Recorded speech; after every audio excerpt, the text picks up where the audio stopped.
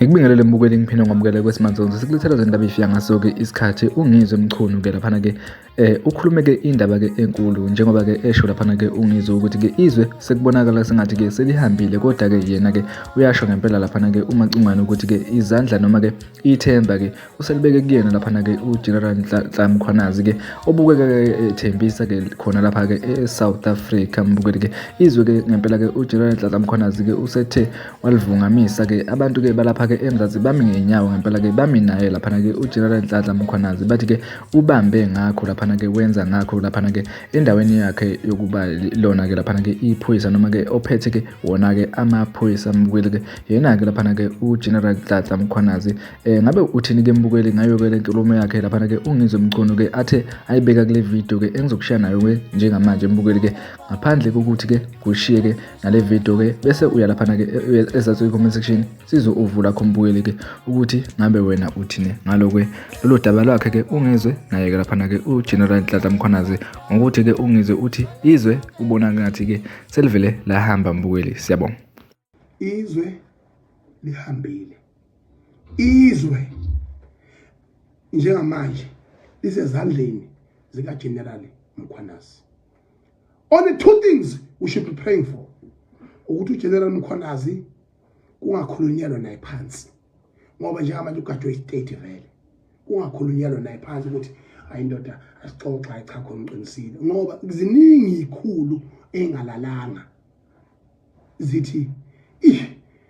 mhlawumbe ilist yakhe inde mhlawumbe nami ngiyalandela mhlawumbe nami ngiyalandela ziningi ikhulu ekhona kodwa into yakhona kufanele ipruveke akwazi ukuba namadokhetha more than 150 astakile kufe abantu kungaboshwa umuntu kungayindawo akakho umsula nawo uGeneral Mkhwanazi akhosukana ngamasica uyitapinyosi ungezandla ubuyonga uyitinyala ngananga yodwa kodwa so far so good sidla amaningi sakini indonga ngithi-ke mina bangakhulumeli nawe phansi ngoba it's an only opportunity we have right now kuyaqala ukuthi ezweni laseNingizimu Afrika kube nesimo la okuma khona yonke into uze kuvumbulule ngisho amaphara afana nathi ukuthi awakhulume ibuyele emajele aphawule ngizimo ezikhona sesiphawuleleke kodwa ngithi mina bangakhulumeli nawe phansi futhi iqiniso kube yiqiniso nawe Mkhwanazi mina khona la kusola khona General Mkhwanazi ngayisho le lokubheka icele le clown lelana le inunu le ebhecele ngayisho lento ngamcela futhi ukuthi asize ngiyacela bakwethu asegonwe over makula asegonwe over lezi idleke zama drugs okhuluma ngazo afike emkhunjini ayela usho khona qinisile uthini ngePhoenix kaze ngikubone Mkhwanazi wenze operation noma iyodwa nje ePhoenix strong angakhulu angifuni ukufanisa ngeWestern Cape la ngikhona ngoba akho commissioner velela uvele izwe leli liphandle nje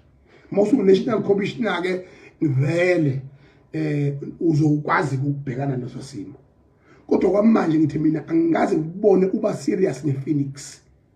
nokubheka icele wayiziba iPhoenix wazi wahamba nomfowethu usenzo ngimtshenile ngePhoenix nginama record ngikhuluma ngePhoenix ukuthi amandiya agamenxe amandiya azosusa impi amandiya ayisa amandiya aqhaphaza abantu abamnyama amandiya aqhaphaza omama aqhaphaza obafowethu aqhaphaza wonke umuntu aze bazobabhansela ngabasemisho ngo3 hewa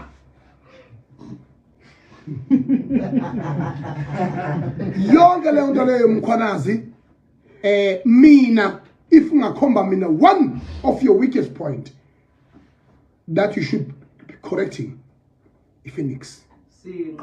i disaster elapha ePhoenix hey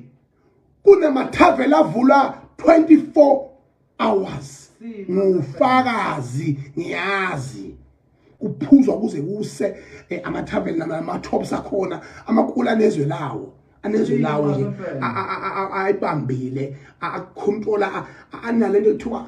angithi amandiya anengqondo ukuthi iwona lama belungu umthasha la wazi wena lengisumleze umfishane lalela ndiyazi ukuthi iwona lama belungu obukhulu kulelizwe ngiyakutshela cha ngazi ukuthi mina Phoenix sinemotion kahulumeni untshonalanga hayi ukhuluma wena ngale batupela khuluma batupela la khuluma mina into engikhuluma mina la amandiya azothi wona la mabelungu obukhulu ingakho kamandiya ekwazi ukuthatha isimo sase Phoenix I create ibe independent it just went and it went mawuthi uyabuka laphana idleke zama drugs elapha hayi azaziwa siyaziwa bayaholo msteshi okusho ukuthi ngempela umkhwanazi le never ithintile kusekhona eminye imthambo equmbile la khonasi ayikhale asife sonke baphema asife sonke baphema busa lebehluleka sengishilo mina la ngikhuluma ngento engiyaziyo angikhuluma mina ngakuthatha ngubeke mina la kuvulwa khona 24 hours abuku utshwala boka uyabudayisa uyithops engazi ukuyoshaya uzokuyoshaya kuphulwa yonke inhlobo yemithetho because they are independent country on their own. And I've said it, not today, long time ago. I'm partying about drugs. And you've spoken very well, articulating and emphasizing about drugs. But here, me, ngoba ngikhuluma ngendaba zaKwaZulu, la uphethe khona. Nawe ke mfowethu ithayi. Likuwe. Ungasabanaka laba ngeke bakwenzela utho laba khohla ngeke uxoshwe ngeke ususpendwe noma amaphosa uzokhuluma nje uzomambulisha udeclare committee lokuthi ke i-committee lizophenywa uyawe yonke into right i-security yonke tight